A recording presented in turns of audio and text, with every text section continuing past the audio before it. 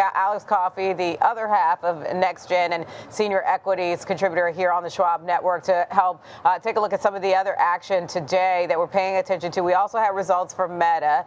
They look strong. Zuckerberg on the earnings call had glowing remarks and commentary, including there was even a Facebook post that I saw last night around the earnings call. But take us through some of your takeaways first, Alex, from its latest quarterly numbers from Meta Platforms. Yeah, the first takeaway is they kept us waiting. Numbers didn't come out for like 30 minutes after the close, which was kind of peculiar. The numbers, though, strong. As you mentioned, they beat EPS by about $1.26, coming in at $8.02 for their GAAP EPS. Revenue of just under $48.4 billion, represented a 20.5% year-over-year growth, and that beat by a comfortable $1.4 billion. So a very, very strong quarter once again by a company that is set to open essentially at at highs for its history, which is really, really impressive, all things considered. For Meta Platforms, 687 is where it's indicating right now, that all-time high, at least in actual trading hours, at 682.5. So set to open at an all-time high. Ad impressions increased 6% and 11% year over year for the fourth quarter and the full year, respectively. Family daily active people was 3.35 billion on average for the December of 2024. This represented an increase of 5% year over year. So despite the fact that it's getting serious scalability, it's still growing at a pretty impressive rate, Diane. Yeah, it's certainly still growing at an impressive rate. I know on the call there was a little bit of talk about TikTok, and they talked about, we'll know obviously this year what will happen with TikTok, and there's been some chatter about Meta possibly being at the table as a buyer of TikTok. I don't know how much meat there is to that, or credence there is to that. Was there any other takeaways that you had in terms of Meta's latest quarterly numbers? I know they talked about, the expectations in terms of being a beneficiary under the Trump administration. Anything else stood out to you, Alex? Yeah, one thing that might be muting the reaction, because you'll notice if you were to look at this particular stock, before the announcement, the market maker move was pretty big. It was, $45 or so on a $670 stock, yet the stock's only up, a muted $10, which kind of says it's way inside of what the market's expectations were. One reason is the first quarter of 2025 revenue commentary for their guidance that they gave, the range, was on the lower end of where the street thought it might be. The CFO gave $39.5 to $41.8 billion. The consensus kind of midpoint for that going into it from the street was 41.6. So let's call it kind of downbeat guidance, not scary or super disappointing, but on the lower end of where the street thought it would be, combined with a really strong quarter. So somewhat of a mixed report, but still really impressive nonetheless from Meta. Yeah, and another thing I know that came up in the earnings call was about DeepSeek. There was a question about that, and they view that, in terms of the U.S., it needs to maintain its leadership with regard to Gen AI, and they said they want to build the AI system that people around the world are using. So it's not surprised to hear. We expected to hear this come up on earnings calls, even though Meta wasn't one of the stocks that was dinged on the news of DeepSeek. But let's pivot, speaking of that, and some questions about how it would impact this space. Microsoft also out with its quarterly numbers. It looks like there was some disappointment there. Take us through some of the details, Alex. Yeah, so Microsoft, of course, gives numbers right at the close, and then it kind of, colors in the lines during the conference call like an hour after the close.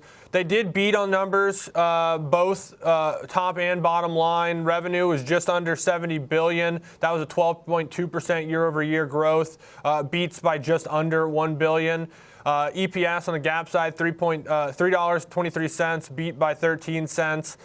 The cloud revenue, I think, was on a little bit on the lighter side. That was why you saw initial disappointment when it came to Microsoft. When you look at guidance, depending on what what you're looking at did come in a little bit, I think, disappointing. You mentioned DeepSeek. CEO of Microsoft had really nothing but glowing things to say about sort of the DeepSeek innovations. DeepSeek has real innovations was one of the quotes that came up.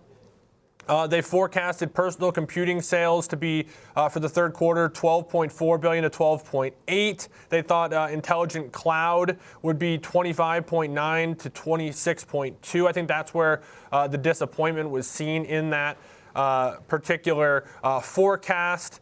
All things considered, the only other thing that really stuck out to me is they did have some comments on CapEx. They expected the third and fourth quarter of the fiscal year 2025 to be basically in line, but for 2026 they expected CapEx growth lower than 2025. So seeing kind of peak CapEx, perhaps we could say, when it comes to this AI build out.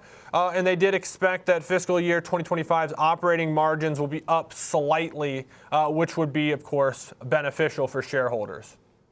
I was surprised to see the, I guess we'll call it flattering commentary about DeepSeek from Microsoft, but I suppose, there's still questions around it, and if it was trained on OpenAI, which we know Microsoft is a major investor in, a participant in OpenAI, so I was surprised to see that. And even the interesting thing about the cloud business and Azure, it was just a little light, and I wonder if in terms of how it's being treated in reaction is because of, kind of how Microsoft operates historically, which tends to be, I guess, a little conservative, Alex, right? Yeah, I think so, but I also think at the same time, some of these companies just consistently beat numbers so much. When they don't, they get dinged for it. Salesforce was notorious for this, hadn't missed on revenue, like basically in the history of the company.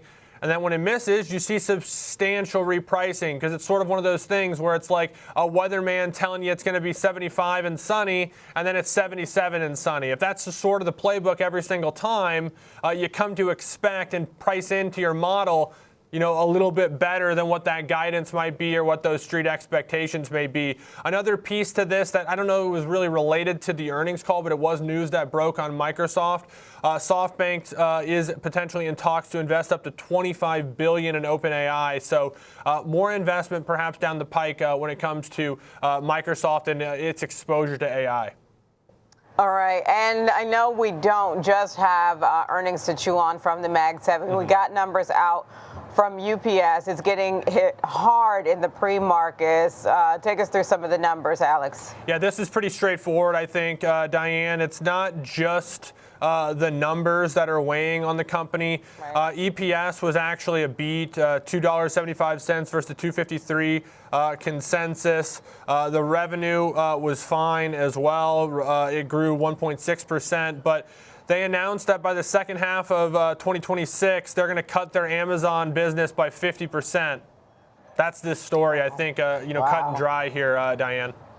Yeah, that's huge. I can see why the stock is getting hit hard right now in the pre-market. And I should say, it said that it's I'll use the terms, and then the street's kind of reading through that it's Amazon. They said that they've reached an agreement in principle with its largest customer to lower its volume by more than 50% by the second half of 2026 Now, so they don't explicitly say Amazon, but I think it's pretty clear that that's what it is. Yeah, I mean, that's pretty clear. And I mean, even if you think of, I am surprised by that. If you think about remember when Amazon was first kind of secretly trying out the trucks, and you saw the blue trucks, but when they were pulling business away from UPS initially. So it looks like this is going to be another big hit. And, obviously UPS is going to have to do some cost cutting to account for this. The stock is down majorly in the pre-market. Any other takeaways from UPS, Alex? Yeah, like I said, I think this one's pretty straightforward. Perhaps more clarity on that, but a stock that was already kind of struggling. So disappointing to see that. I know it's had a decent start to this year, but as you zoom out over time, that picture a little bit more bleak. So UPS is going to have to, find a way to flip the script here. This is not the headline they wanted printed today. 100%. Alex Coffey, senior equities contributor and co-host of Next Gen. Thanks a ton for the breakdown of some of the earnings that we are watching and stock reaction today.